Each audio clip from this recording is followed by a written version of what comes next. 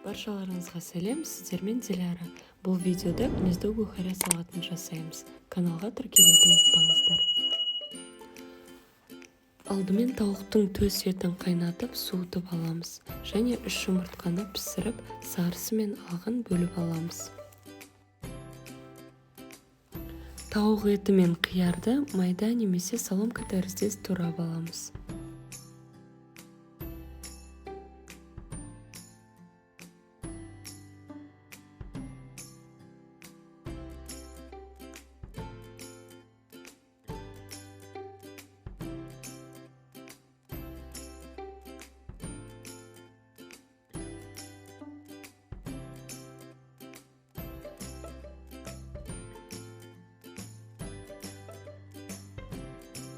Укроптың жартысын салатқа турап, қосамыз, қалғанын бетіне әсемдегенге қалдырамыз.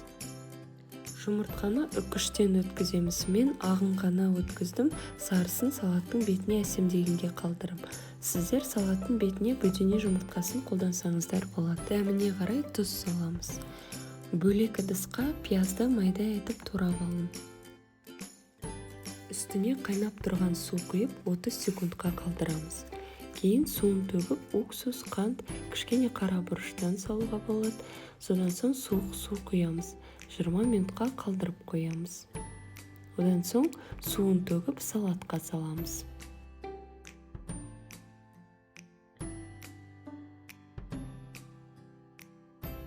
Мен дүкендегі дайын картофель пай қостым, 4 ас қасықтай.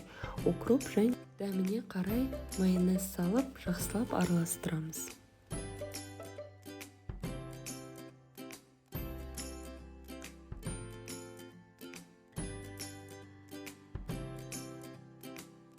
Тарелкаға салып, бетіне пай, укроп пен жұмыртқа сарысымен әсемдейміз. Өте тойымды салат, жасап көріңіздер. Астарыңыз дәмді болсын.